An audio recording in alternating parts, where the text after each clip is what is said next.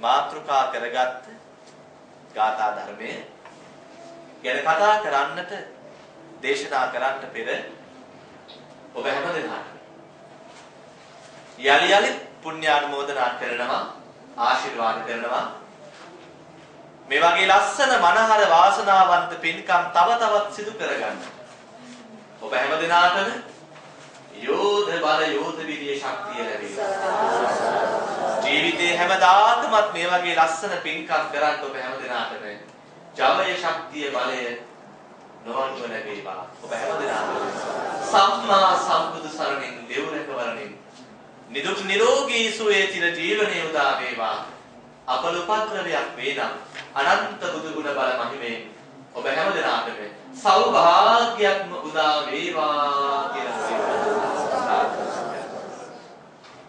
හැමදාකම පුරුදු විදිහට මේ මනහර දහම් ශාලාවේ වාඩි වෙලා ඉන්න මේ පැතිමතුන් දිහා දැක්කහම ඒ වාගේ මේ නිතර ඔබ දිහා බැලුවහම මට මතක් වෙනවා බුදුන් වහන්සේගේ හරි ලස්සන වර්ණනාවක් සුධර්ම ආදීන සුධර්ම කවුද සුධර්මානන්ද දේව සභාව දෙව්ලොව තියනවලු සුධර්මානන්ද දේව සභාව ඒ දේව සභාවට යන හැම දිනම පුදුම තරම් නිහඬයිලු පැතිම මතුලු ඒ වගේම ඒ උතුම් දේව සභාව කරා යන සියල්ලෝ මේ වගේ ඔබ දිහා දැක්කම හිතුණා බණ අහලා හොඳට හුරු පුරුදු දහමට බොහොම ළඟදී නැනවත් ගුණවත් සදහවත් පිරිසක් අද බණ අහන්න මේ උතුම් ධම් සභාවට එකතු වෙලා ඉන්නවා කියලා. බණ අහන හොඳට හුරු පුරුද්දක් තියෙන පිරිසක් අද බණ අහන්න වාඩි වෙලා. එහෙම නේද? හොඳට බණ අහලා හුරු පුරුද්දක් ඔබට තියෙනවා කියලා හිතනවා ඔබ දිහා දැක්කම. ඒ නිසා බණ අහලා හොඳට හුරු පුරුදු ඔබට දහමත් එක්ක බොහෝම ලබදිව ජීවත් වෙන ඔබට ලස්සන මනහර දහම් සිතුවිල්ලකින් නොය හදවත් පුරවන්නට මේ සුදුසු කාලය. මම ඔබගෙන් අහලා තියෙනවා. මම ඔබගෙන් දන්නවා. මේ වෙච්චින උපාසක උපාසිකාවන් ගැන මට හොඳ අවබෝධයක් තියෙනවා. ඒ අවබෝධය මම ලැබුවේ මේ ධර්මාසනයට ආවට පස්සේ. මම මෙතෙක් පෙර ඔබ දිහා බලන් ඉඳලා කල්පනා කරා මෙච්චර බණ අහලා තියෙන මෙච්චර ධර්මයේ ගැන අවබෝධයක් තියෙන ධර්ම රසයට බොහෝම ලැබී මේ ඇත්තන්ට මොකද්ද මම අද දේශනා කරන්නේ කියලා මම මේ ධර්මාසනයේ වාඩිව කල්පනා කරා. මේ කල්පනා කරනකොට මට හරි අපූර්ව තේමාවක් හිසට හිතට ආවා. ඒ ගැන කතා කරන්න පෙර ආතුර මාවට පුංචි කාරණයක් මතක් කරගන්න. ඒ තමයි මේත් කොච්චර බණ අහලා ඇද්ද නේද? මොනතරම්නම් මේ පැතිමතුන් මොනතරම්නම් මේ සදහැවතුන් බණ අහලා ඇද්ද? ජීවිතේ අනන්තවත් නේද? අප්‍රමාණවත් බණ අහලා ඇති. ගෙවල් වලදී මෙලස්සන ශාලාවෙදීම ඒ විතරක් නෙවෙයි. වුවන්විදුලි රූපවාහිනී ඔබ කොච්චරනම් දහම් ශ්‍රවණය කරලා ඇද්ද? අපේ හාමුදුරන් වහන්සේලා මේ රටේ වැඩම කරලා අභිධර්මයේ කියා දුන්නා නේද? චතුරාර්ය සත්‍ය ඔබට කියා දුන්නා. හේතුඵල න්‍යාය ගැන නේද? බෝධිපාක්ෂික ධර්ම ගැන ඉගෙනුවා නේද? ඉගෙනුවා. ඒ වගේම සත්බොජ්ජංග ගැන ඔබට ඉගෙනුවා. ඔබට අපේ හාමුදුරන් වහන්සේලා මේ රටට වැඩම කරලා ආරෂ්ඨායක මාර්ගයේ චතුරාර්ය සත්‍ය හේතුඵල න්‍යාය බෝධිපාක්ෂික ධර්ම ගැන සත්බොජ්ජංග ගැන කොච්චරනම් ලස්සනට දේශනා කරලා ඔබට උගන්වලා ඇත්ද? ඔබට හොඳට උගන්වලා තියෙනවා. ඒ බව ඔබ ඉන්න විදිහට ඔබ වාඩිලා ඉන්න විදිහේ ඔබේ මුහුණේ ඔබේ සාදුකාරයෙන් මට හිතුණා අපේ හාමුදුරුවෝ උන්වහන්සේලාගේ යුතුයකම හරියටම කරලා කියලා. ඒ මහා ගැඹුරු දහම් බණපද ඔබට ගන්න. ඔබ හැමෝම මතකද පාසල් කාලේ? ඔබට ඔබ ඉස්කෝලේ යන කාලේ? ඉස්කෝලේ යන හරි ආසයි. ඉස්කෝලේ යන ගමන් මාස 3න් 3ට තිබ්බ මොනවාද? විභාග. විභාග තිබ්බේ? විභාගයක් තිබ්බේ ඉස්කෝලේ අපි. ඔව් දැන්ම මනින්ද? දැන් කොතනද ඉන්නේ කියලා බලන්නනේ. දැන් කොතනද ඉන්නේ මෙයා? ගුරුවරයා වාර විභාගයක් තියෙනවා. මම උගන්වපු විෂයන් මම උගන්වපු දේවල් මගේ ශිෂ්‍ය දරුවෝ ඉගෙනගෙනද? මගේ ශිෂ්‍යයෝ ඉගෙනගෙනද ධාරණය කරගෙනද? ඒවා ප්‍රායෝගිකත්වයට අරගෙනද? මාස 3න් 3ට බැලුවානේ. නේද? බලව. විභාග තිබ්බා. අමාරු එකකට ලිව්වා. ඊට පාස් වුණා. විභාගයක් තිබ්බේ අපි දැන් කොතනද ඉන්නේ කියලා දැනගන්න නේද? විභාගෙ වෙන මොනවාද නේ? අපි දැන් කොතනද ඉන්නේ කියලා දැනගන්නයි විභාගෙ තිබ්බේ. ඔබත් මෙච්චර කාලයක් කොච්චර කල් බණ අහනවද? අවුරුද්දක්? දෙකක්?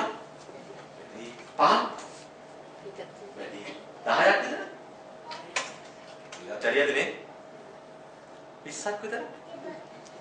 15ක් 20ක් කාලයක් බණ අහනද? ඔව්. බණ.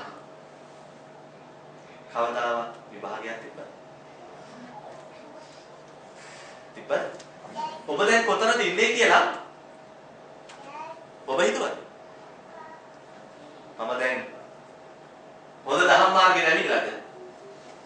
සෝවාන් සෝතාපන්න වන්න ළඟයිද? නැත්නම් විලාවත්ද? සෝතාපන්න විලාවත්ද? එහෙමද නෙදිමුත් එහාට මං චුට්ටක් ගිහිල්ලාද? පරීක්ෂණයක් කළාද? නෑ නේද? නෑ.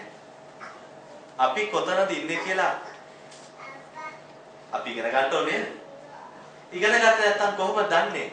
තව කොච්චර දුර යන්න තියෙනවද කියලා? නේද? කොච්චර දුර යන්න තියෙනවද කියලා? ඔබ අහලා තියෙනවද? උපෝසථ දවසට සිල් ගන්න විතර ඉන්නවනේ පොය දවසට. උපෝසථ වර්ණනාව කියලා ඇති. අපි හාමුදුරු කියලා දීලා ඇති. උපෝසථ වර්ණනාව.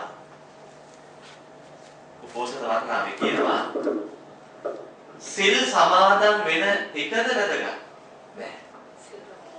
උපෝසථ සමාදන් උපෝසථ වර්ණනාව කියලා හරි අපූර්ව ගැනීමක් තියෙනවා. පස්කන්නේ ඒ වර්ණනාවේ කියනවා සිල් ගන්න එන එකත් වැදගත් නෑ. සිල් සමාදන් වෙන එකත් වැදගත් නෑ. එක තැනකට වෙලා හෙල්ලෙන්නේ නැතුව පව් කරන්නේ නැතුව උපෝසත දවසේ ඉන්න එකත් වැදගත් නැහැ.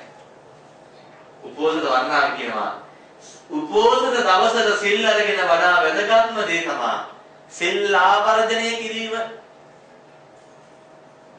සිල් ආවර්ජනය කිරීම නොකරපු උපෝසත දවස හරියටම ගව් 100ක් යට ලිඳක් හාරලා මිනිහෙක් උඩට එනවා මං ගව් 100ක් යට ලිඳක් හැදුවා කියලා. හැබැයි වතුර කලදක්වත් උපෝසත දවසේදී සිල් ආවර්ජනය කිරීම නැමැති දේ නොකොට සිල් ගත්ත කෙනාගේ ගත්ත සීලය වගේ. හරිද? සිල්ලා පොයේ දවසේ සිල් ගත්තාම සිල්ලා අපි ඉගෙනගෙන තියෙනවා. සිල් ආවර්ජනය කරන්න අවස්ථා ටිකක්.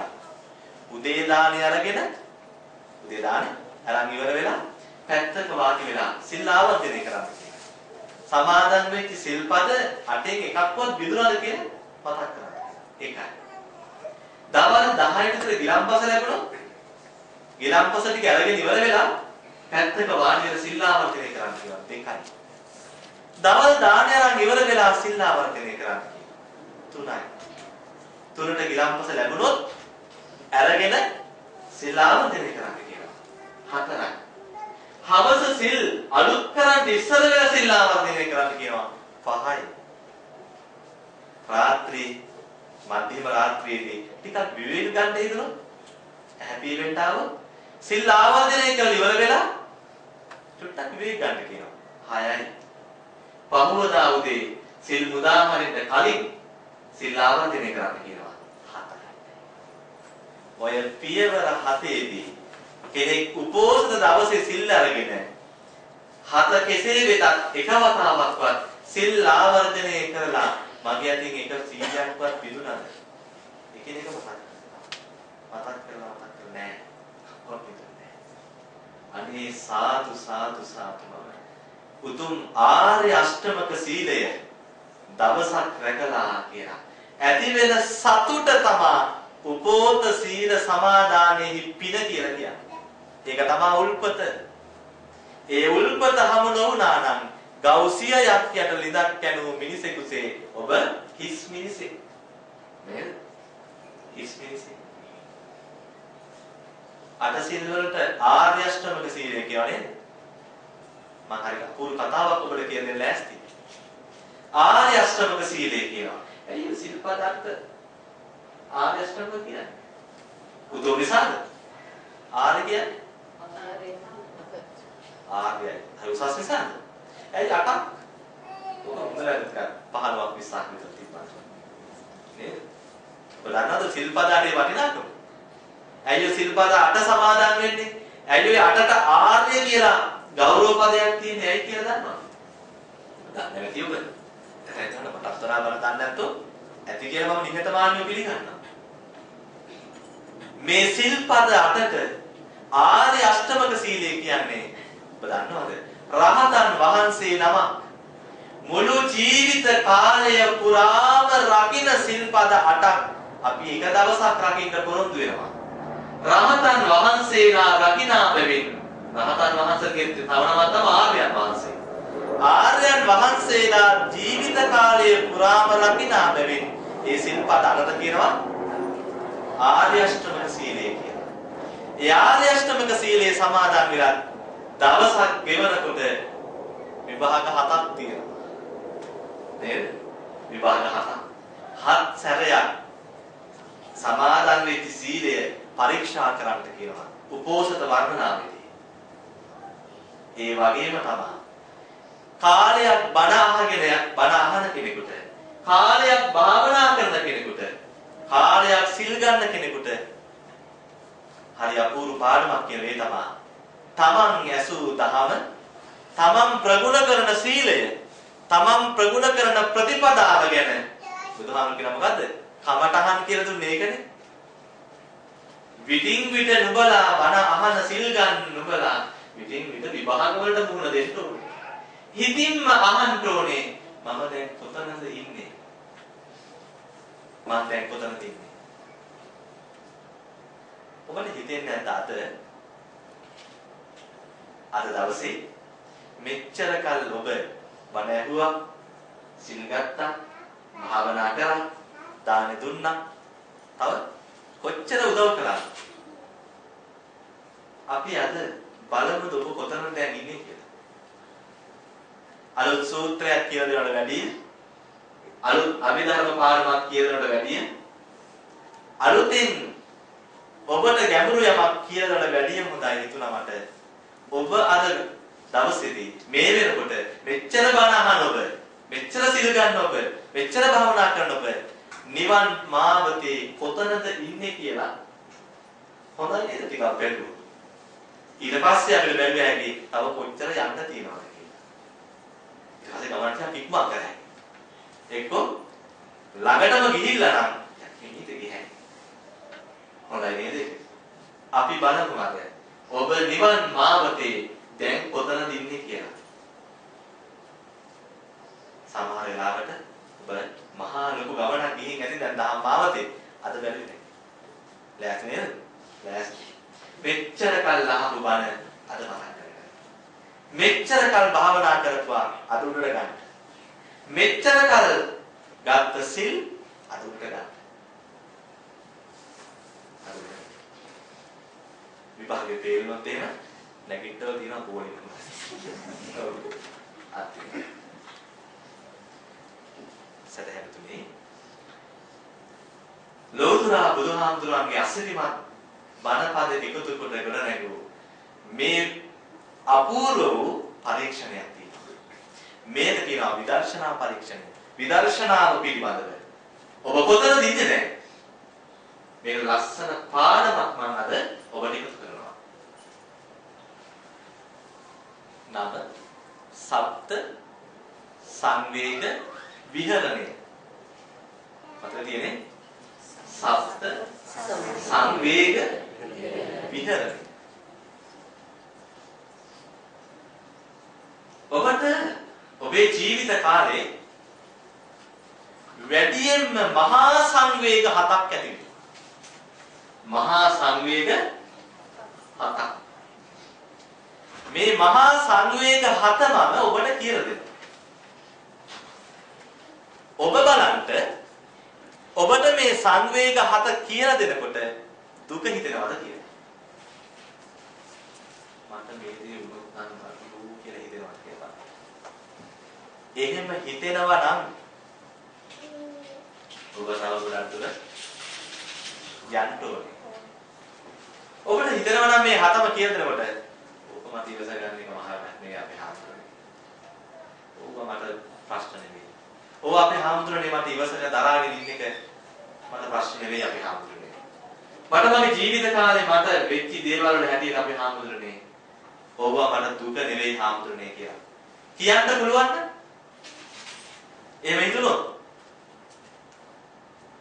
ඔබ ගොඩාක් දුර ගිය කෙනෙක්. සමහර විට මටත් එහා ගිය කෙනෙක්. හැබැයි බොරුවට එහෙම කියන්නේ නැහැ. අද දෙන්න ආම්දුරට පාරදනවා කියලා. බොරුවට කියන්න එපා. ඔබ දන්නවද හැමෝටම තියෙනවා උඩු සිතයි යටි සිතයි දෙකක් නේ. යටි හිතත් එක්ක අද මේ ගනුදෙනුව කරපන්. උඩු හිතෙන් නෙවෙයි. මොනිචාව නෙවෙයි. ඇත්තටම බලන්න පින්වත් මහත්තුරුනි. පින්වත් අම්මේ ඔබ කොතනද මේ දහම් මගේ ඉන්නේ කියලා. මනුෂ්‍ය ජීවිතයක කාන්තාවකට පිරිමියෙකුට දැනෙන මහා වේදනාව 7යි. මේ 7 මම දැන් පෙරට 7ම කියනවා. හොඳට අහගෙන. එකිනෙක කියනකොට ඔබ බලන්න මට උනොත් මේ දේ කියලා හිතන්න. මට මේ දේ උනොත්. ඔබ හිතනවා ඇති ලෙඩක් දුකක් හැදෙන එක. දරුවෙක් මේ ලෝකෙට බිහි කරන එක. දරුවෙක් කුස්මහත් කරන එක. ගුටි බැල කන එක. ගෙල සිඳින එක.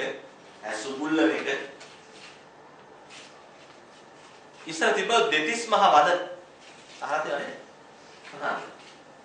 දිව උගුල්ලා දැමීම. ඉල කැඩීම. බලපං.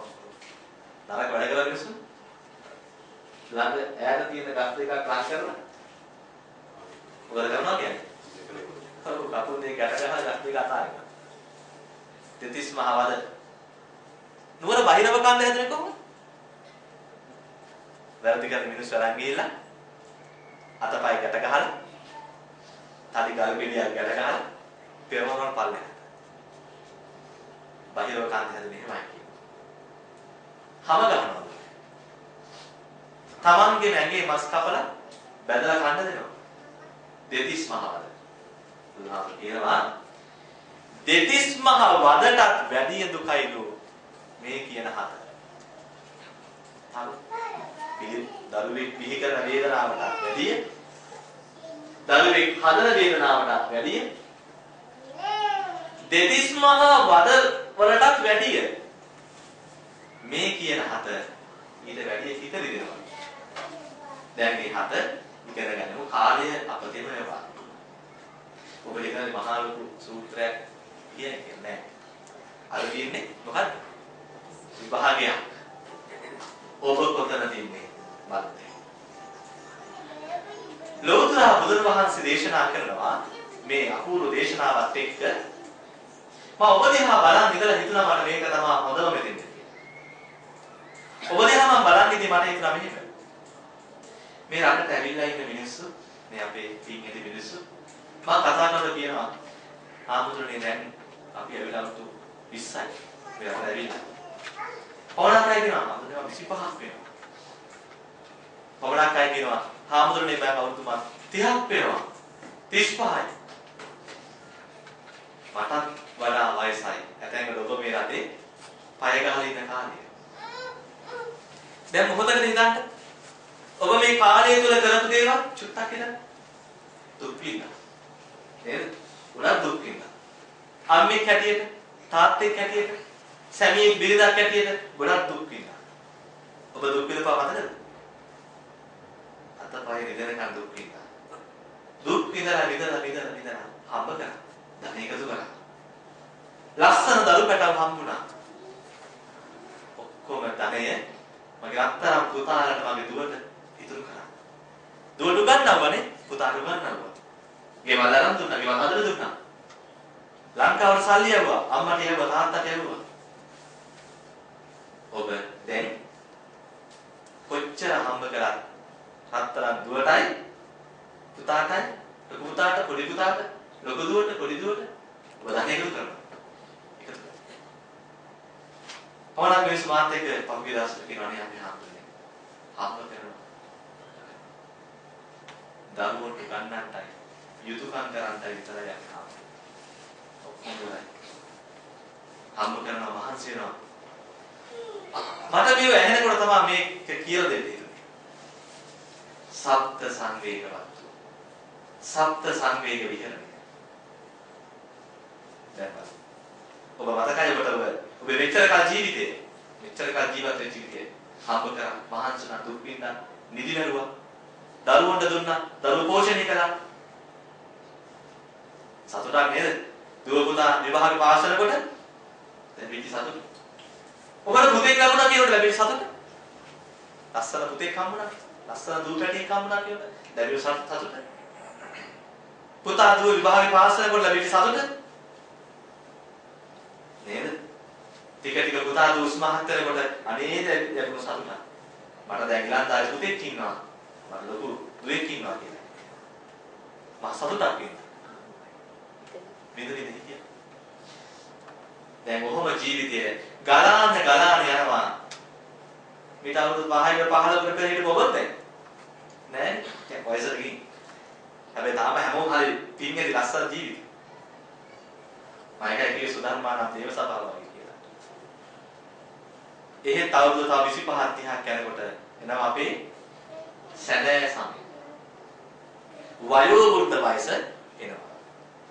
වයසට ගිය කාලේ එනවා. දුබායි වලට එනකොට තිබුණු පෙනීම දැන් කොහොමද? කියන්න අඩුයි නේද? දුබායි වලට එනකොට තිබිච්ච වාල්ව ඇඟි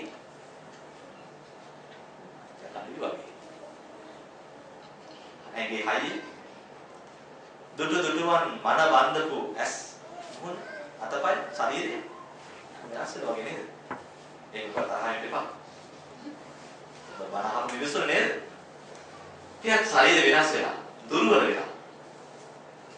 මේ දුර්වලකමත් එක්ක තව අවුරුදු 15කින් 20කින් විතර වගේ ලංකාවට යනවා. කෙනෙක්ගේ ජීවිතේ ධනෙ රැස් කරලා හැමදේම එකතු කරලා කවදා හරි එනවා දවසක් ඇස කන නාසය දිව ශරීරය මේ ඉන්ද්‍රියෝ ටික පහම අඩපණ වෙන විකෘති වෙන දුබල වෙන ඇස් පේන්නේ නැති කන් ඇහෙන්නේ නැති තව කෙනෙක්ගේ වාරුවක් නැතුව වැඩක් කරගන්න බැරි කාලයක් ඔබට මට එනවාමයිනේ වරදින්නේ නැහැ.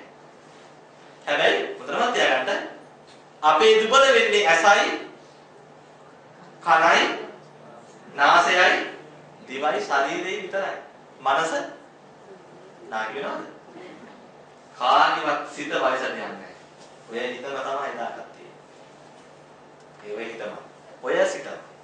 ඒ හිත වයසට යන්නේ නැහැ කානිවත්. හිත තරුණයි දා. දරත් තරුණයි දරත් හිත හයියයි. කය දුබලයි. සිත ශක්තිමත් කය දුබල දවසටයි සප්ත සංවේග විහරණ ඔබ ළඟට එන්නේ. කවදාද එන්නේ? සිත ශක්තිමත් කය දුබල දවසටයි සප්ත සංවේග විහරණ ඔබ ළඟට එන්නේ. දැන් නෙවෙයි. දැන් එන්නේ. දැන් එන්නේ නැති ඇයි? ඒ හතම ඔබට බයයි. ඒ හතර බයයි ඔබගේ තාම ඇස් පේනවා. ඔබගේ තාම කන් ඇහෙනවා. ඔබට තාම වැඩ කරන්න පුළුවන් ශක්තිය තියෙනවා. තමන්ගේ වැඩ ටික තාම කාටවත් අතනපා කරගත්තේ. දැන් එන්නේ ඒ සංවේග හත. ඒ සංවේග හතම එන්නේ ඇස කන නාසය දිව ශරීරය හතම දුබල වූ දාටයි සංවේග හතම ලං වෙන්නේ ඔබට. වෙන්න ඔබට එන සංවේග හතේ පළවෙනි සංවේගය. පළවෙනි සංවේගය උගන්වනවා. ඔබ ඔබේ දරුවන් ළඟ යාචකයෙක් වීම. ඔබ ඔබේ දරුවෝ ළඟ යාචකයෙක් වීම. ඔබ ලංකාවට යනවා කවදාද? ලංකාවට ගිහිල්ලා ඉන්නකොට හැමියයි ඔයයි ඔබ දෙපළම ලංකාවේ ඉන්නකොට ගෙදර ටිකක් බඩු වගේ ටික වෙනවා. ඉස්සර හම්බ කරපු අපෝ පුතාට දීලා මේ වියදම් කරලා පොල්ලට හොඳට ඉගෙනුවා.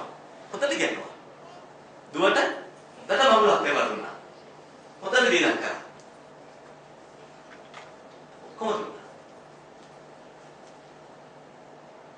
ඔබ ගෙදර ඉන්නකොට ගෙදර ටික අඩුපාඩු මතක් වෙනවා. ටික අඩුපාඩු වෙවිලා. බෙහෙත් ගන්න දවස ලං වෙනවා. ක්ලිනික් දවස. ඔබේ දාසනීපයි. කන්නාඩි දෙකක් හරි නෑ වගේ ඉදාට අලුත් කරගන්න ඉන්නවා. බලන්න මේ පුතාටවත් කෝල් එකක් දෙන්න කියලා. පුතාට කතා කරනවා. දුවට කතා කරනවා.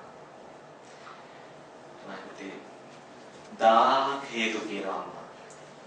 තාත්තට අනුභව දුන්නා. ක්ලිනික් දවසක් ළඟයි තාත්තගේ. කන්නාඩි දෙකක් අලුත් කරන්න බැරි වගේ. හරි කරලා තේ කීයක්වත් බැරි වේද? ඒවත් යහපතෙන් එනවා. මොනවද අම්මා දෙන වදේ? අම්මා දන්නවනේ මේ තියෙන ප්‍රශ්න. මේ ධම්ම ළමයි ඉස්කෝල දාන්නේ. මේ වියදම්. ඒ කාලේ වගේ නෙවෙයි දැන් පුදුම වියදමක් අම්මා.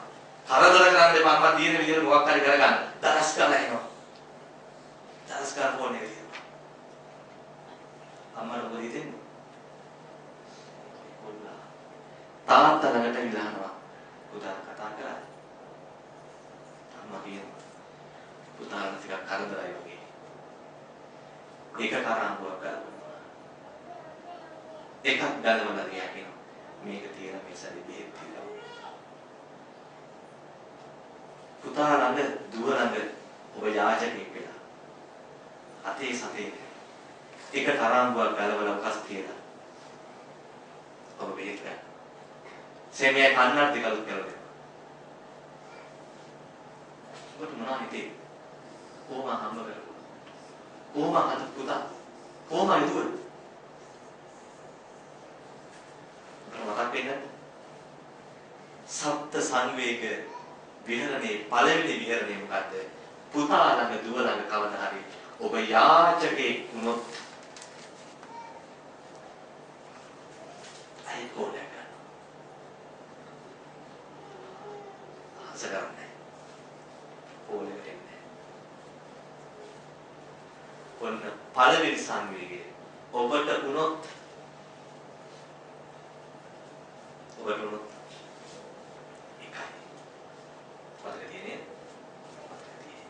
ඔබට දුක හිතෙනවා. ඇත්තටම මට හිතෙනවා. ඔබ හිතන්න එපා. මොකටද මේ හදලා කියලා. එහෙම හිතන්න එපා. මම ඔබේ සිතයි පරීක්ෂා කරන්නේ. මෙච්චර කලාව බාන. ඒකයි. තරුණ වයසේ ඉන්න පුළුවන්. ඔබත් කවදාද අම්මෙක් තාත්තෙක් වෙනවා. ඔබට වුණොත් ඔබ. ඒකයි. මොකක්ද පළවෙනි එක? දුව පුතා ඉදිරියේ ඔබ යාචකයෙක් වුණොත්. දෙක. ඔබේ මැදුර තුල ඔබ හිඟන්නියක් හිඟන්නේ. මැදුර තුල තමන් හදපු ගීත. කොහොමද වෙන්නේ? ඔබ වයසට ගියාම කහිනවා. අපි නෑ. බත් එක අතර ගන්නකොට කහිනවා. පුතා දුව දැන් එක සැරයක් දෙතරයි මූණ ඇබුල් කරලා බලනවා. වෙන්නේ සේම කහිනවා. ඒකට නෙවෙයි. තාත්තා ඉඳගෙන ඉන්න තැනම තාත්තා මූණ අපිට වෙනවා. වෙන්නේ අම්මා ඉඳගෙන ඉන්න තැනම අම්මට මූණ අපිට වෙනවා. අම්මා දන්නේ නැහැ.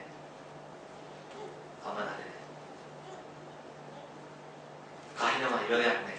අම්මා ළඟ ඉස්සර වගේ නෙවෙයි. තෙල් ගාගෙන ඔළුවේ වාතාමාරට තෙල් ගාගෙන බඩු තෙල් ගාන සර්විසාරි ගාගෙන මට ඉන්න බෑ නේද? මොනවද අම්මා මුඩු ගාලා කියලා. පුතාට බය යාළුවෙක්වත් ආවොත් මේ ජරාව. ඉස්සර තාත්තා අම්මා හොඳට ඉන්න කාලේ ගබඩා කාමරයක් තියලා පිළිකන්න පැත්තේ අයින්. පුතා ගිහින් කරලා. හදපුතා පඩිකම පුතිය. පුටු දෙක කුයි ස්ටූල් එකකුත් කිව්වේ. අම්මා හිමිට එක කියලා තාත්තා එකකින් තාත්තා ලැප් එකක් මෙතන තියෙනවනේ.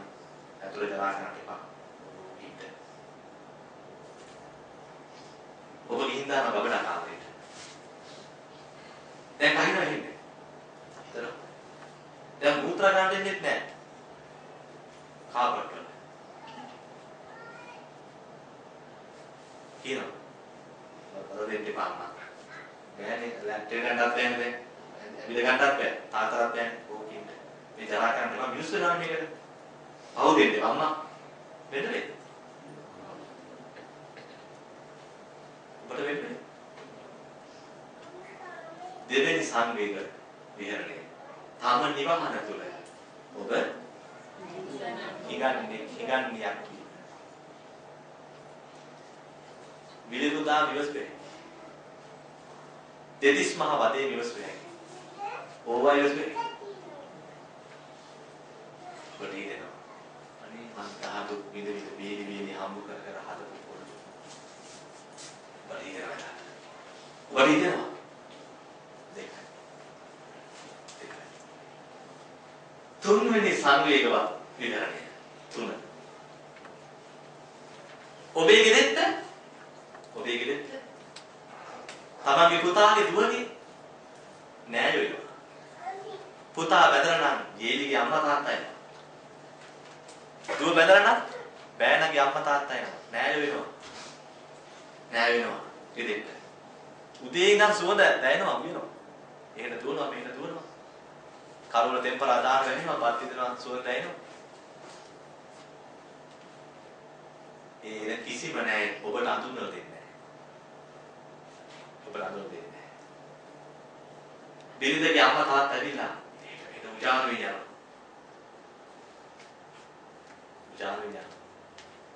නෑ වෙවිලා පුතාගේ බෑනගේ ඒවි ඒත් ඔබට අඳුනලා දෙන්නේ.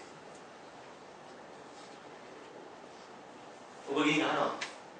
ඉතින් පවුලේ ඉන්නේ අම්මාගේ පවුම තියනවා නේද?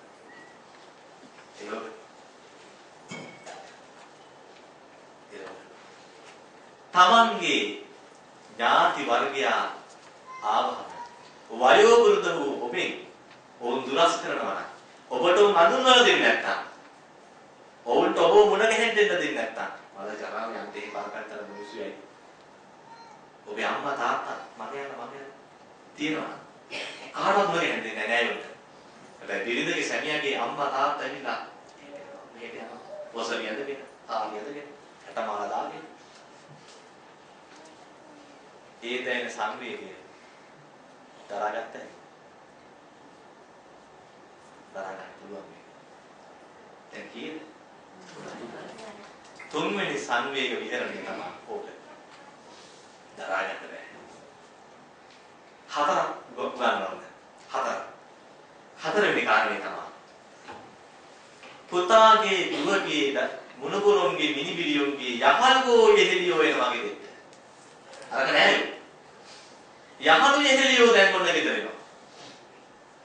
ගෙදර එනකොට ඒ තරග දෙන්න. යාළු එන්න කලින් එනවා ඔබ ඉන්න ගබඩා කමරේ පුතා. දුව. එවෙලා කියනවා අම්මා තාත්තා වැඳලා කියන්න අර මිනිස්සු යනකම් පව් දෙන්න නම් හිතෙනවා. අර මිනිස්සු යනකම් පව් පුරවන්න නම් හිතෙනවා. කොහොම පුතු නැත්. අම්මලා කලින්ම කියලා යන්නේ. තාත්තට කලින්ම කියලා. තාත්තාම කතා කරනවා. යන්නේ කොහෙද ඉන්නවා. දැන් තුමගේ හැටි කඩේ. තාත්තා හොරෙන් කියන්නේ නැද වෙන්නේ? අම්මා දවම කරන්නේ. අම්මාගේ අත යනවා නේද? මතක් වෙනවද? අපුඩා දුබායියේ ඉඳලා. මම ඔබට වෙනවා කියන්නේ වෙන්න බැරිද කියලා. යහළුවන්ගේ මග හතරයි. නේද? පස්වෙනි සංවේග විහරණය උගන්වනවා. පහ. අම්මා වයසයි, තාත්තා වයසයි. හැබැයි ගමේ හරි ආඩම්බරයි. තෝනක් අම්මලා වයසට ගියානේ. කොහොම ආඩම්බරයි. හරි ආඩම්බරයි. පොය දවස් ඇවිල්ලා. පොය දවස් එනකොට ආරංචියක් එනවා අම්මට තාත්තටයි.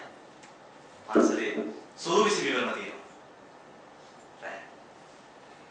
තියෙනනේ පන්සලේ. සූවිසි විවරණ පන්සලේ. පන්සල ළඟම තොරණකුත් කරලා. ඒ සතේ. සූවිසි විවරණ එළිවෙන ගන්නවා. දරුවෝ කවුරුත් ගෙදර නැහැ. පුතා වැඩට ගිහිල්ලා, මුළු බිලි ඉස්කෝලේ ගිහිල්ලා කවුරුත් නැහැ. අම්මා ගෙදර ඉන්නවා. තාත්තාත් ඉන්නවා. දෙන්න හවස දෙකේ ඉඳලා ලැහැත් වෙනවා. සූවිසි විවරණ බලන්න යනවා. ආසයිනේ. තාත්තා එනවා. පිට ගන්න ඇදලා සුදු ඇඳුමක් එහෙම රසලයක් එහෙම ඇදලා සමනේව නැස්ති කරගන්න. අම්මත් එහෙමයි. දෙකේ ඉඳලා ලැහැත් වෙනවා. අන්න තියෙන සූවිසි. දෙකේ ඉඳලා ලැහැත්. පන්සල් හාමුදුරුවෝ මේ මොනවද දන්නේ නැහැ. ගෙදර වෙන දේවල්. තාත්තා හිතනවා ගොඩක් දවසකින් පන්සලට යන්න. දැන් අපේ හාමුදුරුවෝ අනිවාර්යෙන් දැක්ක ගමන් ඉතින් පුරා ජීවු මට කියයි දැන් මහත්තයා බොහොම දවසකින් දැක්කේ කියලා. ඉතින් තාත්තා ඇඳුමක් හදලා ඉතින් හිතලා මෙහෙම මට කතා කරනවා මම මෙහෙම තමයි විතර ඉන්නේ. ගමේ ඉන්න අනිත් වැඩිහිටි උපාදායකයෝ ඉදිරියේ මට හාමුදුරුවෝ හැමදාම තන දින කතා කරනවා. මොකද ඒ කාලේ මම හරියට පන්සලට සැලකුවා. ඒ කාලේ ලොකු හාමුදුරුවෝ තරුණයි. උන්වහන්සේ තරුණ කාලේ මම හරියට සැලකුවා හාමුදුරුවෝ. අපේ ඉන්න එනකොට මම ඉතින් කඩේ ටොපි චොක්ලට් එක ගිහින් දෙනවා. දැන් ඉතින් හාමුදුරුවෝ වයසක්. මම දැන් අනිවාර්යෙන් හැවස රැයට පන්සල් ගියපුවාම නැසරල එකකින් මැදලා ඈත තියාම හාමුදුරුවෝ දැන් මහා ඉහළින් මට කතා කරනවා මම දන්නවා. අම්මා තියලා. අපි පුංචි අම්මා අක්කලා නංගිලා ඔක්කොම ටික ඉන්නේ. මම දැක්ක ගමන් අතින් අල්ලගෙන මොකද කුංචියාම ආවේ නැති පන්සල් පැත්තට කියලා මම ඉන්නේ. ආම්දුර දැක්කොත් එහෙම මට අනිවාර්යෙන් අතට කතා කරනවා. දැන් කියන උපාසක මහත්තයා. ඊට විතර මේ ආම්දුර වටක් කතා කරනවා බලන්නකෝ කියපුවා. දෙන්නම හරි උජාර වෙන්න හැත්තිනවා. දෙකේ අවස 6 වෙනකොට පහමාර 6 වෙනකොට පුතාය මතු වෙනවා. මුණුපුරෝ මිනිබිරුව ටික උඩ පැන පැන නැහැත් වෙනවා. තොරන් බලන්න යන්නේ. ලස්සන ඇඳගෙන, ජැකට් දාගෙන, සපත්තු දාගෙන. තොරන් බලන්න යන මුණුපුරෝ මිනිබිරුව ටික උඩ පැන කරලා නැහැ. පුතත් කියනවා එහෙම අපිට ආරාධනාවක් තියෙනවා. කීයක් දෙනවද? ඇල්ලප් එක දාගෙන රුපියල් 1000 දෙනවා. අම්මයි තාත්තයි දෙන්නා තෙමී දෙනවා සුදු එකකට. පුතා දුවහන් කොහෙන්ද? පාටේ ගේන්දිලා. දුවර ගේන්දි. අන්සේ සූවිසි තියෙන දෙන්නේ ඔය නිකන් ඉන්නේ එකක් ගොඩ වෙන්න දෙනවා. අය ආවා සූවිසි ආ මොකද ගෙදරට ඉන්නම්ම. ගෙදර කවුද? දැන් අපි ඔක්කොම ගියම ගෙදර කවුද? මේ වැරලා දාලා යන්නද? ආවා සූවිසි කතා කරා. අර දැකපු සීන හරි ආඩම්බරෙන් දැකපු සීන එතනම අර දෙන දැකපු සීන දඩාස් ගන්න දොර වහන වෙනවා ගේට්ටු වහන වෙනවා තාත්තා දෙකේ නම් ඇඳගෙන ඉන්න නැසරල් එක පිටින් මූණ දිමට පාත් කරගෙන 17 එකක් වරක් අම්මා කඩාගත්ත බල් ටිකක් අතින් අරගෙන සුදු ඇඳගෙන පුතා සිය බහලගේ ගේට්ටුව දිහා පැය ගණන් බලන් ඉන්නවා. එදා ඉතුරු වෙන්නේ මොකද්ද? දිග හුස්මක් විතරයි. 3-5 වෙනි සංවේග විහරණය තමයි. ගෙදර තනි කොට දමා යන්න. ඕක පින්කමට විතරක් නෙවෙයි මගුල් ගෙදරටත් ඔය වැඩේ වෙන්න බෑද? මුණුපුරේ මිනිමිලියාගේ පවුලේ මගුල් ගියා. දමලා තියෙන යන්න පුළුවන්. ඔය වගේම පාසලේ උත්සවයට පින්කමට ඊතර දමලා තියලා යන්න. පස්වෙනි සංවේගය තමයි කනත්තක්වන් නිවහනේ ඔබ තනි කර තමා යෑම දරුවෝ. එදාට ඇති වෙන ඒ වේදනාවට සම වෙනස් වේදනාවක්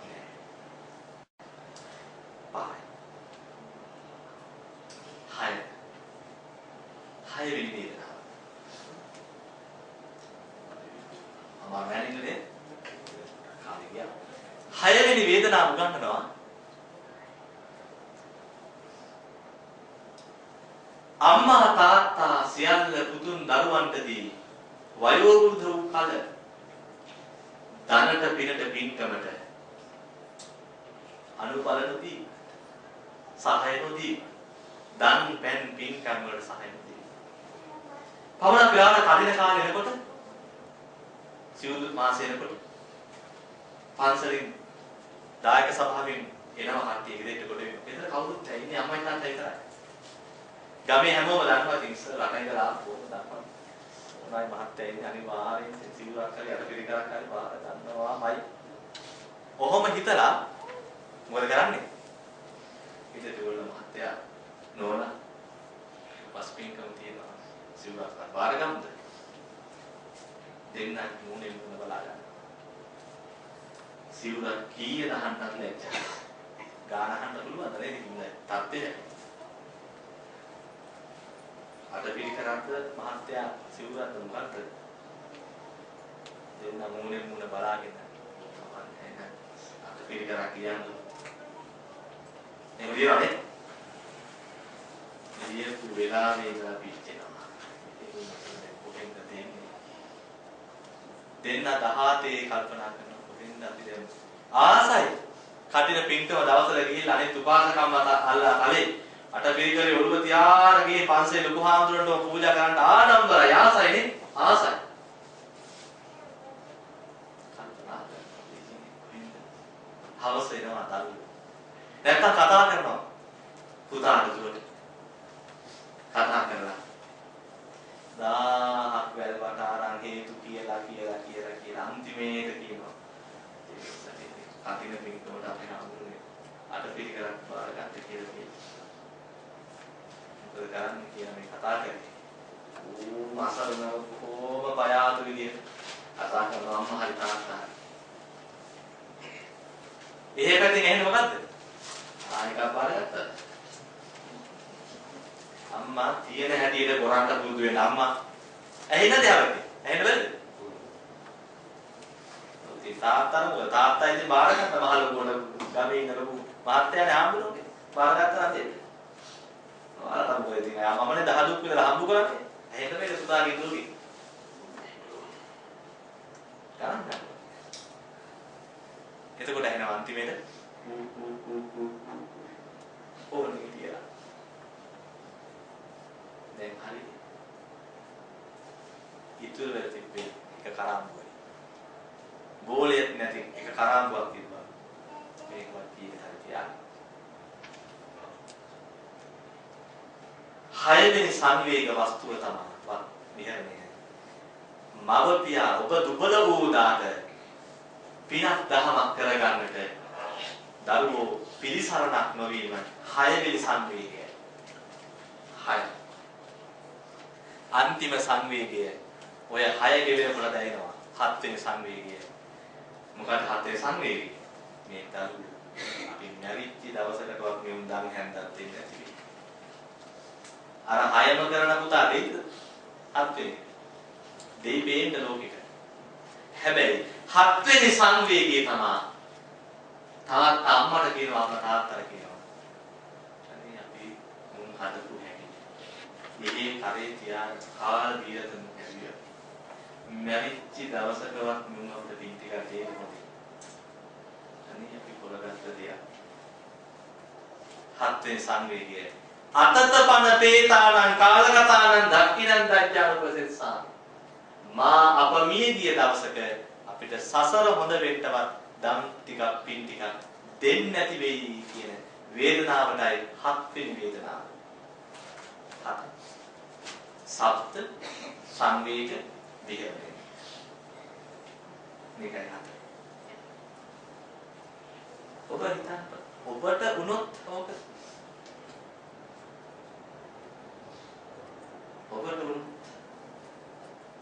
ඔබට මොනවා හිතේ ඒක මෙච්චර ලස්සන හොඳද මම ඔය බණ කතාව ඔය දේශනාව මමත් කියවපු දා ඉඳලා මම මං ගැනත් හිතනවා අපි ඔක්කොම මේ එකම අමාරු වැටලා ඉන්න පිරිසක් මමත් ඔබත් අපි ඔක්කොම මට පුළුවන් මේ ඔක්කොම වහලා තියලා ඔබටත් තේරෙන්නේ නැති මටත් තේරෙන්නේ නැති උද සූත්‍රයක් කරගෙන කියලා දින හිමීට මෙතන මගේ යන්නේ නෑ ඒකනේ වැදගත් අපි දෙබොල්ලම අමාරු වැටලා ඉන්නේ මට වෙන්න බෑ දුක ටික මං ගෝලෝ හදනවා නේ දැන් දුබායි ඉඳන් යනකොට මට අරන් යන්න තියෙන එක දෙයක් චොක්ලට් මල්ලක් විතරයි ඒ බලන් ඉන්නවා 20ක් විතර මගදී ගලවන්නේ මල්ල ඉන්නවා පුඩි 20ක් විතර චොක්ලට් මල්ලටයි ටොපි මල්ලටයි තාම වයින්නේ ගුවාම්ලෝ පණ පිටින් ආවද කියලාත් බලන්නේ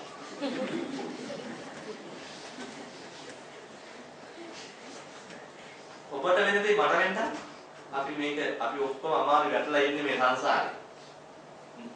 මම රහත් වුණා වගේ මටත් මෙතන කතා කරලා ගියහැකි නෑ. මමත් ඔය අමාරු වැටලා තමයි ඉන්නේ. මමත් බලනවා කොහෙන් හරි ගැලවිලා යන්න සංසාරේ. මමත් වයසට යනකොට මගේ ගෝලුව කොහොමද කරන්න බෑද? කටු හම්බු ඉන්න කාරණා රට රටේ ලෝක වටේකින් බණ කී අපිට අපිව පෝෂණය කරා කියලා. එහෙම හිතන්නේ නැති ගෝල මටත් ඉන්න පුළුවන්. මටත් වයසට යනකොට ඔය වගේ ඉස්පිරිතාලෙට වික්ෂු වාට්ටුවට ගිහින් දාලා තියෙනවා. මම එදාට වැදගත් නැහැ බණ කියන්න බෑ. ඇවිද ගන්න බෑ. කොහේ හරි කාමරේ ඔය ටික මටත් කරන්න පුළුවන් මගේ ගෝලෙ. ඔබේ දරුවෝ ඔබට කරන්න පුළුවන්. අපි දෙගොල්ලම අමාරුවේ වැටලා ඉන්නේ මේ සංසාරේ. මෙතෙන් දැකලා රැස් විහිදෙන්න මට කතා කරලා ඔබට මායාවක් පෙන්නලා ප්‍රෝඩාවක් කියලා යන්න වැඩිය හොඳයි. මේ ඇත්ත කියලා තියලා යන්නේ. පමණක් පිට ඔබට හිතේ අනේ මේ හාමුදුරුවෝ චතුරාර්ය සත්‍ය හේතුඵල න්‍යාය උද සූත්‍රයක් අපිට කියලා දුන්නා මීට වැඩිය හොඳයි. මේ අනේ මේ හාමුදුරුවෝ ආපු එකේ උන්වහන්සේටත් තේරෙන්නේ නැති අපිටත් තේරෙන්නේ නැති බණක් කියලා කියන කොච්චර හොඳද? එහෙමනේ ගොඩක් වෙන්නේ. අවසාන විතර පොත බලලා කියවලා ඇවිල්ලා මෙතන ඊළාව කටියා වගේ කියලා යන එක නෙවෙයි. ප්‍රායෝගිකයි මේ ලෝකේ. මේ ලෝකේ ඇත්තත් එක්ක යන්නේ. මේ ලෝකේ ඇත්තත් එක්ක යන්නේ. ඔබ කොච්චර බණපොත් මිටියක් කියවලා තිබෙනවා. ඒ බණපොත් මිටිය පරිස්සම් කර ගන්න ඕනේ. අර ගවඩා කාමරේ එළවලට අරන් යන්න. අවදානේ ගවඩා කාමරේ එළවනකොට ඒ පොත් මිටිය අරන් යන්න. සූත්‍ර විනය අභිධර්ම කියන දේ වැදගත් වෙන්නේ ඔබට ඔබේ මුළු ජීවිතේම පිළිවෙලට ලස්සනට හදාගෙන ඉන්නවා නම් විතරයි. ප්‍රායෝගිකත්වයට ගන්න බැරි දහමක් මොකටද අපි ඔළුවේ ගහගෙන ඉන්නේ? ඔබ මේ සප්ත සංවේග විහරණය මම ඔබට කියලා දුන්නා. ඔබ ඉන්න තැන ඔබ දැන් තේරුම් ගන්න. ඔබ බණ අහලා සිල් අරගෙන භාවනා කරලා ගැඹුරු බණපද අසමින් ඔබ කොච්චර ලස්සන යහපත් ජීවිතයක් ගෙවුවත් ඔබේ දරුවෝ සියලු දෙනා ඔබ ඉන්න තරමට ඒක. ඔබට මාර්ගඵලයක් ලබා ගන්න පුළුවන් වුණොත් සෝතාපන්නවත් වෙන්න පුළුවන් වුණොත් ඔය ඔක්කොම ඉවසන් හිටියේ. ඔය ඔක්කොම ඉවසන් හිටියේ. කමන්නේ. වෙන්න බැරි වුණොත් මාර්ගඵලයකට එන්න බැරි වුණොත් ඔබට එදාට දැනෙන සංවේගය ඔබගේ මෙලවත් අපායක් කරලා සැදෑ සමයත් අපායක් කරලා මරණ මංචකයක් වේදනාවක් කරලා ඊළඟ ආත්මෙට හපන් අපායක් කරනවා. පළවෙනි කාරණේ තමයි ඔබ ගිහියෙක් විදිහට පැවිදි පිළිවෙත් පුරන්න දඟලන්න එපා. පැවිද්දෙක් හැටියට මම ඔබේ පිළිවෙත් පුරන්න හැදුවොත් එහෙම හරියනවා. ඒ වගේ තමයි මේක තේරුම් ගන්න. මේක තමයි ඇත්ත. ඔබ ගිහි ජීවිතයක් ගෙවන පිරිසක්. ඔබ ධර්මය අහලා මම්මුලා වෙන්න එපා. ධර්මය නාගයෙක් වගේ දෂ්ට කරගෙන සිහි විකල්ලුවෙක් වෙන්න එපා. ඔබ මුලින්ම ඔබ ගිහියෙක් බව තේරුම් ගන්න. ඔබ ගෘහස්ත ජීවිතයක් ගෙවන්නේ. ඔබට දරුවෝ ඉන්නවා. ඔබට සැමියෙක් ඉන්නවා. ඔබට පිරිඳක් ඉන්නවා. ඔබ පෝෂණය කරන්න ඕන පිරිසක් ඉන්නවා. ඒ අයට ඔබේ යුතුයකම් ටික ඉස්සරෝම් කරා. ඔබ හොඳ උපාසකම්ම කෙනෙක් වෙන්න. හොඳ උපාසිකාවක් වෙන්න. ඔක්කොටම කලින් ඔබ යුතුයකම් ඉටු කරපු අම්මා කෙනෙක් වෙන්න. දරුවෝ හදන එක නෙවෙයි. දරුවෝ පෝෂණය කරන එක නෙවෙයි. මම ඔබට අවසාන වශයෙන් දැන් කාලේ මට දුන්න කාලේ ඉවර වෙන නිසා පුංචි කතාවක් කියලා මම ධර්ම දේශනාව අවසන් කරා. ඒ තමයි. ඉස්සර කාලේ හිටපු ඒක රජ කෙනෙකුට ඕන වුණාලු තමන්ගේ රටේ ඉන්න අම්මලයි තාත්තලයි ගණන් කරා. අම්මලා කියලා තාත්තලා කියලා. ගණන් කරන් හිටපු රජුරෝ රාජපුරුෂෝ පිටත් කරලා යවනවා. රාජපුරුෂෝ ටිකක කාලෙකින් එනවා රජ කෙරෙට. අනේ ස්වාමීනි ගණන් කරා ඔක්කොමලා. අම්මලා මෙච්චරයි තාත්තලා මෙච්චරයි කියලා ස්වාමීනි ගණන් කෙරුවා. ගණන් කරා. අනේ ස්වාමීනි කියන්න වටින කතාවක් තියෙනවා වහන්සේට. ඒක අම්මෙකුයි තාත්තෙකුයි ස්වාමීනි ඉන්නවා.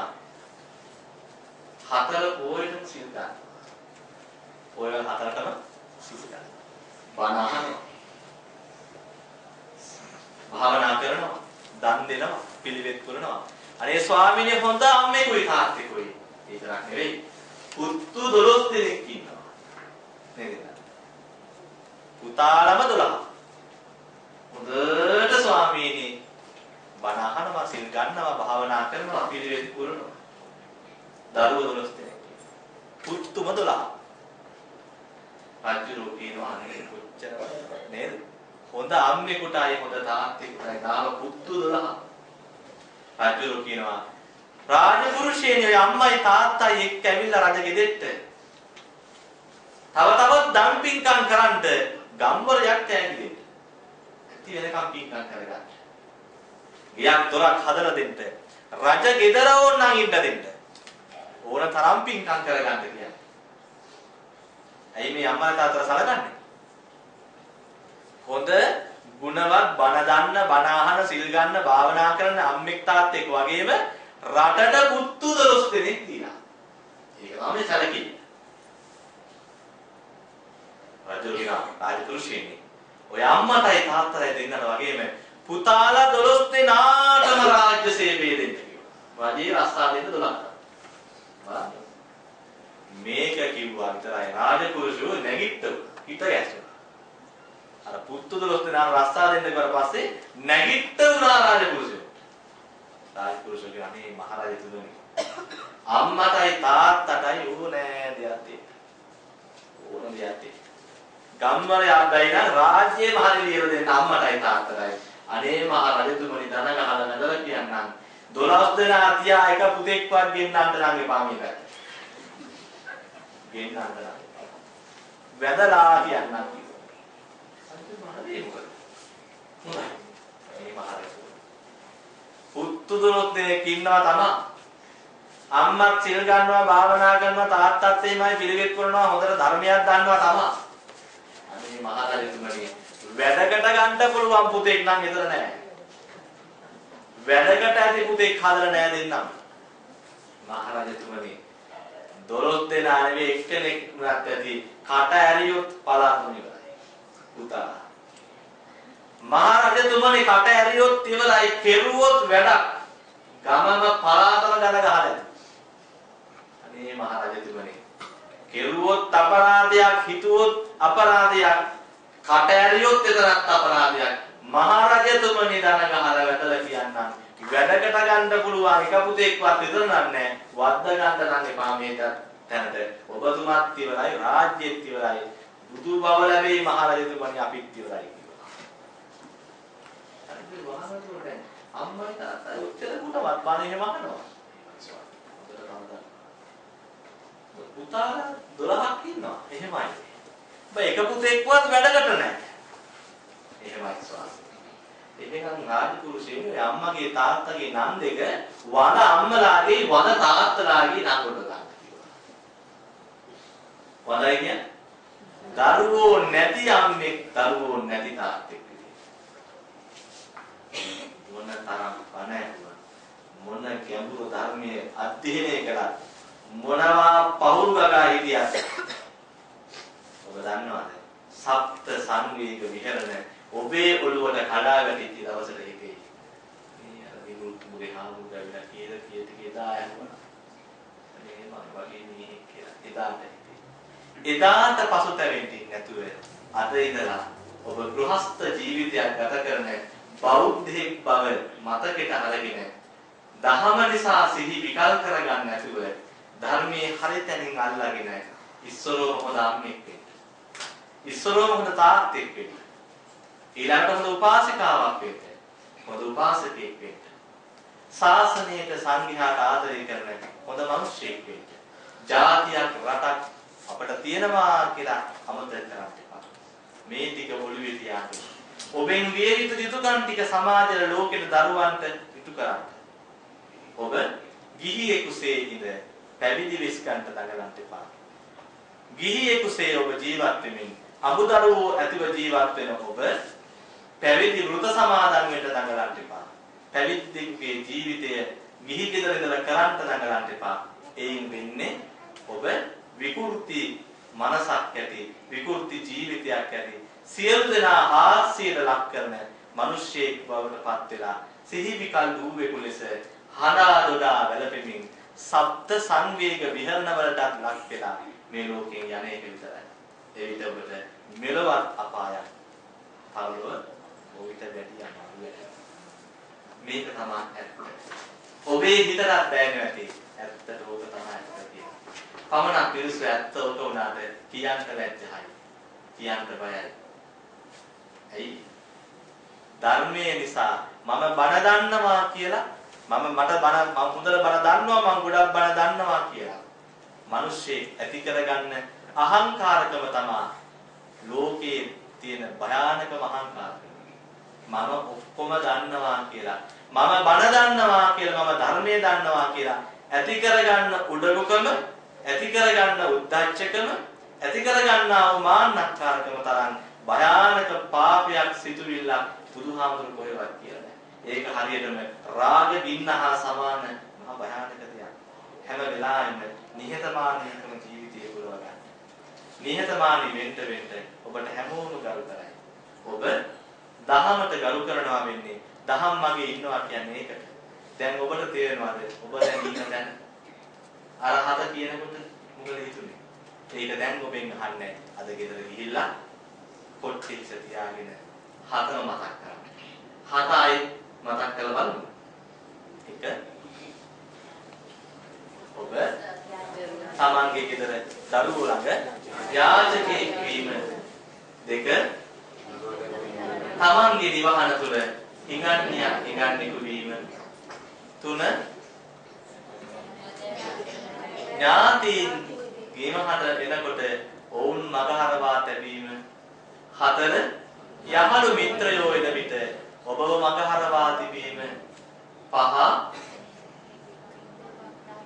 පින්කම් කරන්ට යනකොට ඒවට අනුබල නොදීම. 6 ඔබ ගෙදර තනිකර දමා යෑම. 7 මැරිච්ච දවසකටවත් මට මේ දරුවෝ පින් ටිකක් දෙන්නේ නැති වෙයි කියලා ඇති වෙන වේදනාව.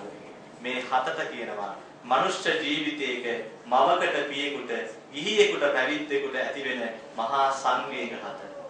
මේ 7 ඔබේ පිසට කඩා වැටෙන දවසට ඔබ හඬා දොඩා බැලතුනොත් මේ ඒ කාලෙට ඔබ අඬවුවොත් දොඩවුවොත් විලාප කිව්වොත් ඒ කාලෙට අනේ අප්පෝ කියමින් අහෝ කියමින් අපොයි කියමින් ඉන්න සිදු වුණොත් මේ අහන බණවල ගත්ත සිල් වලින් වැඩක් වෙයිද?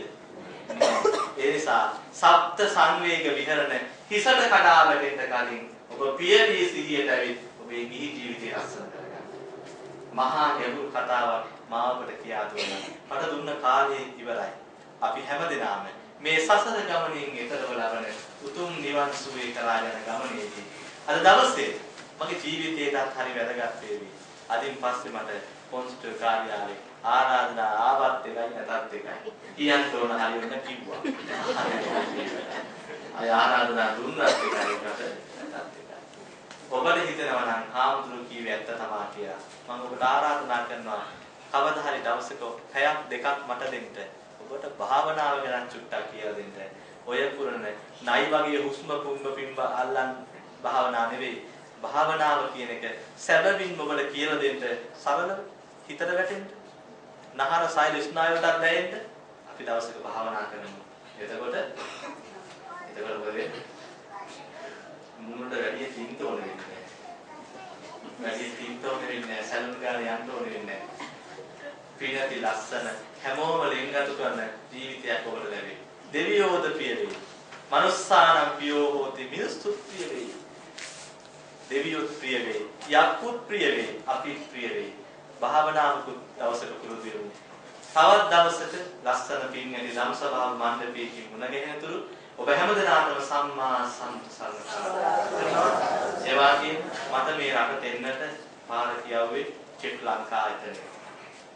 මට එදෙනවා වැලි කතරේ මහා විහාරය කියලා නමක් තිබ්බොත් හොඳයි ඔය චෙක් එකක් කරාම අයින් කරලා. වැලි කතරට මහා විහාරයක් තියෙනවා නම් ඒක චෙක් ලංකා නිවහන. ඒ නිසා ඒ ඇත්තන් මට මේ රටට වීසා හදලා දීලා විශේෂයෙන් චෙක් ලංකාවේ අධිපති උනසිංහ මහත්මයාගේ ජේෂ්ඨ පුත්‍ර චන්න බැරිහත් වෙලා මම මේ රටට ගෙන්නගෙන මේ හැමදේම ඔබට ලබා දුන්නේ ඇත්තන්ට නිදුක් නිරෝගී සුවය මුලින්ම ප්‍රාර්ථනා කරනවා. ඒ අස්තොන්නයි වෙන පින්කම් අවශ්‍ය නැහැ. මේ කරන පින්කම් පොදු ප්‍රමාණවත්.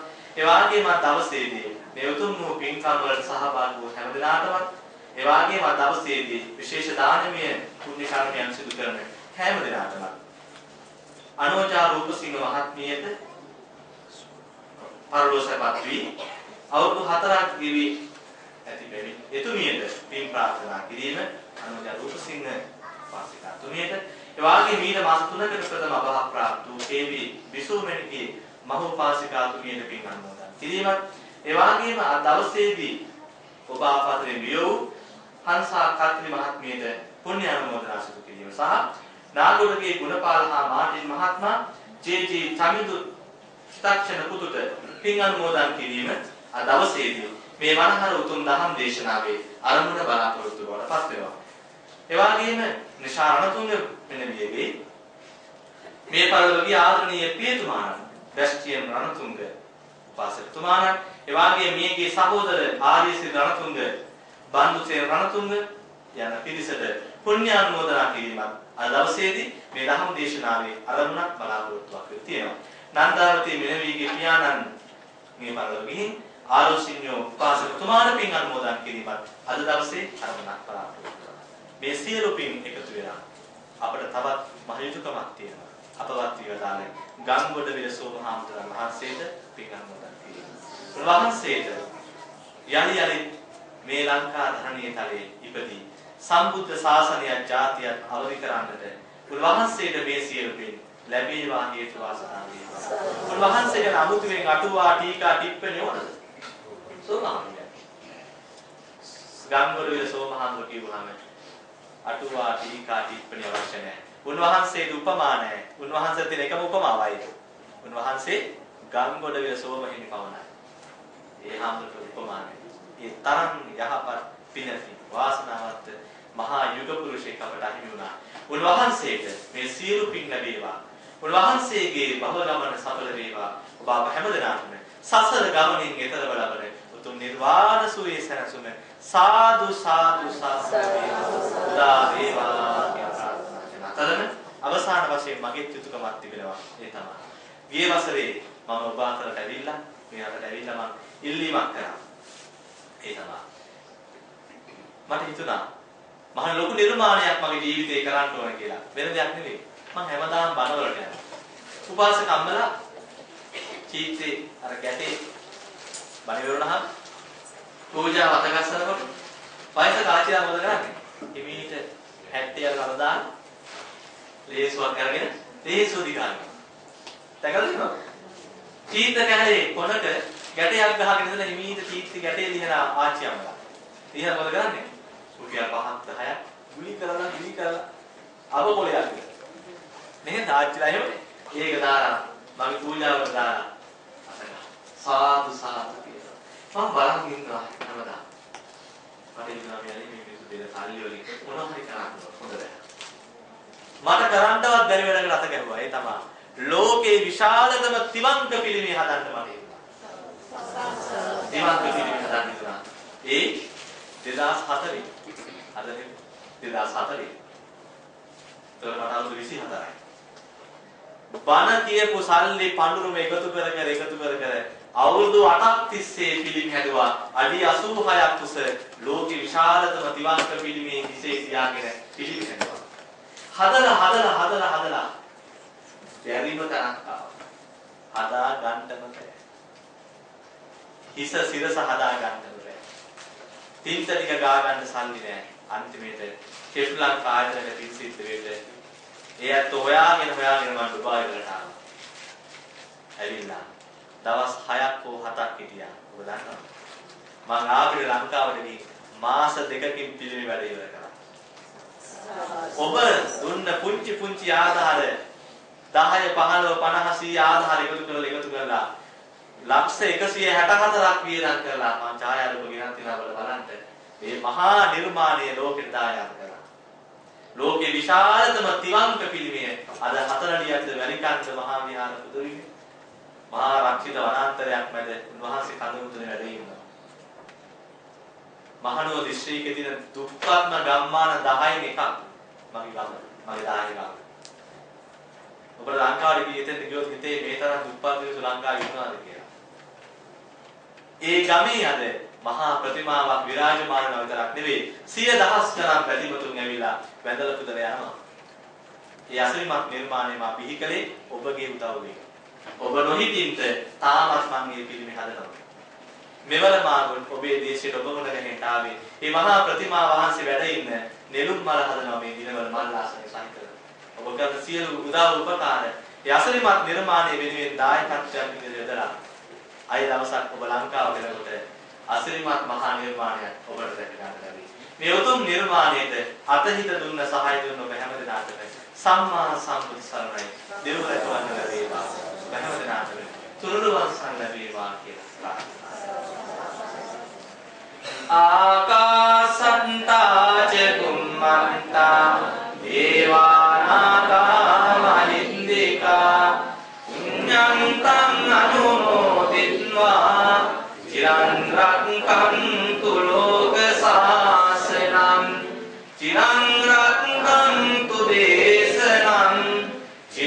රක්ඛන්තු මං පරන්ති ඉදම්මේ ඥාතිනං හෝතු සුඛිතා හොන්තු නාතයෝ ඉදම්මේ ඥාතිනං හෝතු සුඛිතා හොන්තු නාතයෝ ඉදම්මේ ඥාතිනං හෝතු සුඛිතා